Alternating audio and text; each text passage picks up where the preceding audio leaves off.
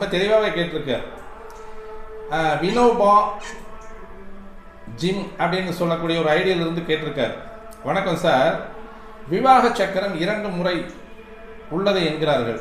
முறை 1, பெண் ஜனனகால சூரியன் நின்ற நட்சத்திரம் மற்றும் திருமணம் அமையும் நாள் அன்று உள்ள சந்திரன் நின்ற நட்சத்திரம் வைத்து பார்க்கலாம் என்கிறார்கள். அதாவது பெண் ஜனனகால சூரியன் நின்ற நட்சத்திரம் பொண்ணுடைய ஜாதகத்தில் சூரியன் நின்ற நட்சத்திர காலம் அப்படின்னு சொல்கிறாங்க. திருமணம் அமையும் நாள் அன்று உள்ள சந்திரன் நின்ற நட்சத்திரம் வைத்து பார்க்கலாம் என்கிறார்கள். அது ஒரு முறையாக சொல்கிறாங்க. ரெண்டாவது சில திருமணம் நாள் அன்று உள்ள சூரியன் சந்திரன் நின்ற நட்சத்திரம் வைத்து விவாக சக்கரம் பார்க்க வேண்டும் என்று சொல்கிறார்கள். எதை எடுத்துக்கொள்வது அப்படின்றார். திருமணம் நாள் அன்று உள்ள சூரியன் சந்திரன் நின்ற நட்சத்திரம் வைத்து பார்க்கும்போது அந்த நாட்களில் வரும் விவாக சக்கரம் நல்லபடியாக உள்ளது.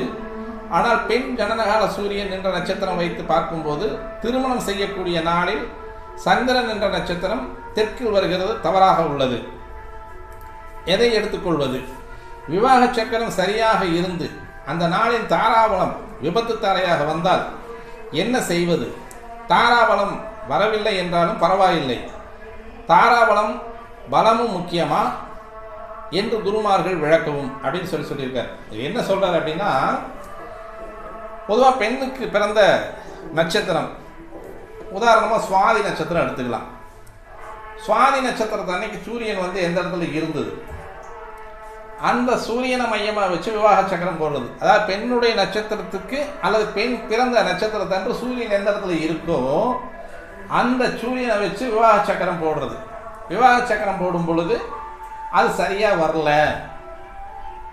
அப்படின்னு அவர் சொல்கிறார். பொதுவாகவே திருமணம் அப்படின்னு சொல்லக்கூடியது பொருத்தம் பார்க்கறது அப்படிங்கிறது பொண்ணோட நட்சத்திரத்தை வச்சு தான் பொருத்தம் பார்க்குறோம் இல்லையா?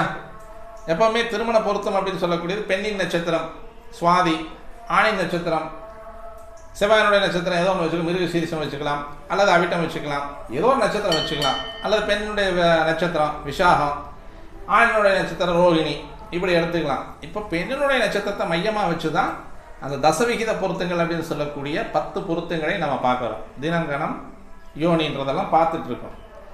இது எது வரைக்கும் கொண்டு வர்றது? அந்த பெண்ணினுடைய அமைப்பு அப்படின்னு சொல்லக்கூடியது மாப்பிள்ளையை பொருத்தக்கூடிய ஒரு அமைப்பு அப்படின்னு சொல்லக்கூடியது பெண்ணினுடைய நட்சத்திரத்தை வச்சு தான் தசவிகித பொருத்தங்கள் பார்த்து அது பொருத்தம் பார்த்து மாப்பிள்ளைக்கும் பொண்ணுக்கும் பொருத்தம் இருக்குது, நல்லா இருக்குது அப்படின்னு சொல்லக்கூடிய காலகட்டம் அப்படின்றது திருமணம் வரைக்கும் தான்.